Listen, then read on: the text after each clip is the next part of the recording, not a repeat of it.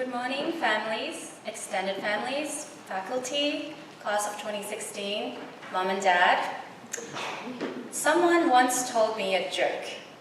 If you want to disappoint your parents, they said, you can do one of two things: steal their money or go into the arts. Obviously, being an English major, I didn't find the joke very funny at all. Who among us hasn't been asked that often repeated, rather painful question, what are you going to do with an English major? But perhaps that is what makes it so unique and powerful to be graduating here today. We didn't choose to study English out of necessity or practicality, or to get that terrible thing that signals the end of all fun, a job. No, we chose to study English because simply we loved it. We loved reading the legacies of minds long gone or worlds lost. We found a beauty in the words, the sentences, the stanzas that touched something emotional in us. Sometime in our pasts, we opened a page of a play by Shakespeare, or a poem by T.S. Eliot, or the first line of a novel by Alice Munro, and we found in there something so compelling that we couldn't let it go. A beautiful truth that led us to choose this field and ultimately be here today. But why did we choose this for ourselves? What is it about English and literature that pulled us in? In his later years, F. Scott Fitzgerald, speaking to the woman he loved, said this: "That is the part of the beauty of all literature. You discover that your longings are universal longings, that you're not lonely and isolated from anyone. You belong." And that's true. At the heart of what we have been learning over the last few years is the meaning of what it is to be human. We may not know what it is like to be in the midst of a war, but we do know about loss. We may not live in the 18th century, but we know about love.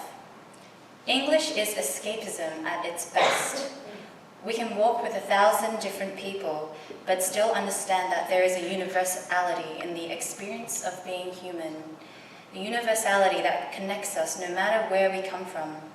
We belong. And I cannot say this without paying tribute to the brilliant gatekeepers and mentors with us.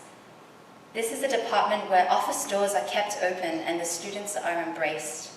This is a department where you will leave class and actually want to continue the conversation you just had. We started off with just a single class in our ACES schedule, but we found ourselves with a home base away from the chaotic insistence of Duke life. So now we leave with thousands of words written and pages read behind us. We leave to go on a pathway that is uncertain. We come back to that question that so many people have asked us and will continue to ask us. What do you do with an English major?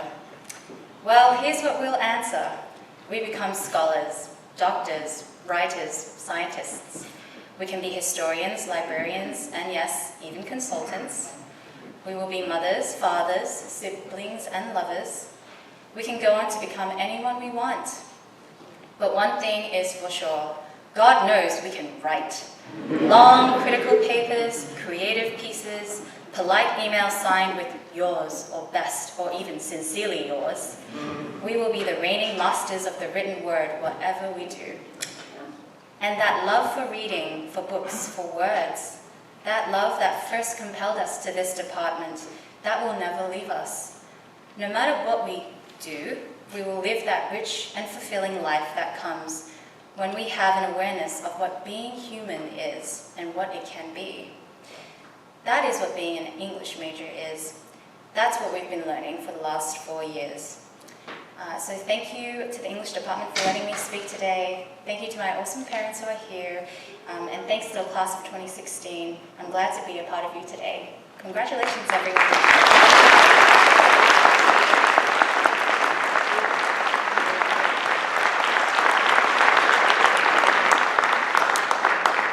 So much, Isabella. And now the second student speaker is John Peter Lucaci.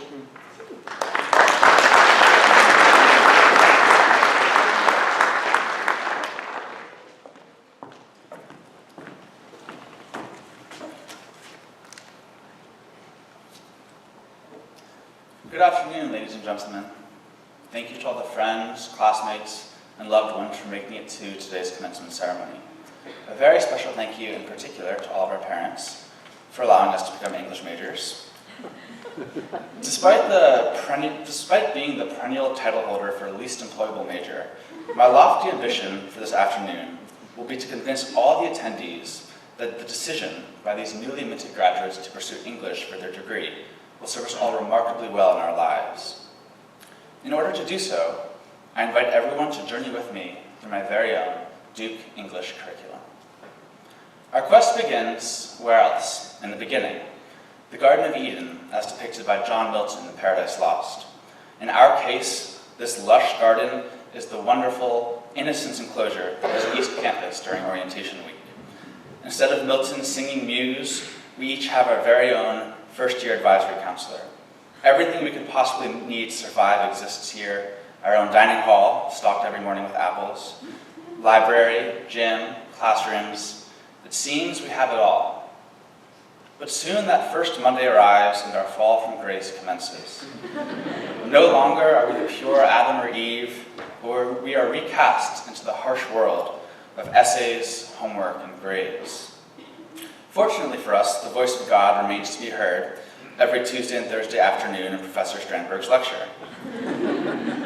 All of a sudden, we are waging academic war, playing the role of Shakespeare's King Henry V at the Battle of Agincourt, riding the C-1 bus into the battle for the West. Though we are more than battling the French, we are battling Trinity College's entire language requirement. Our academic advisors playing the role of the noble Harold Montjoy to bring us news of missing modes of inquiry on a transcript. I was planning now on incorporating William Langland's 14th century allegorical epic Piers Plowman, but Professor Ayres, I'm sorry to say that nobody understood that one. And of course, we all have our first experience as Frankenstein's creation. Though instead of a lab table, we wake up on the common room couch on post-Wednesday night shooters Thursday morning and make the desperate, migraine-inducing trek to our 10:05 in the Allen building on time. Of course, only after having played the role of Jane Austen's Emma and setting up our good friends for a late-night date. After returning from sophomore summer, we arrive in the desolate landscape of Cormac McCarthy's The Road. Everyone we know, save a few close friends, has gone to study abroad, and roving bands of loosely patched study groups roam campus. Indeed, the shuttered-up Bryan Center Bridge in West Union makes it seem like the world has endured some catastrophe. But the post-apocalyptic nightmare ends abruptly as we enter the spring of 2015, and every Duke student's dream comes true in the form of a college basketball national championship. Then again, the average Duke English major is likely more acquainted with the motifs of T.S. Eliot than the rules of basketball.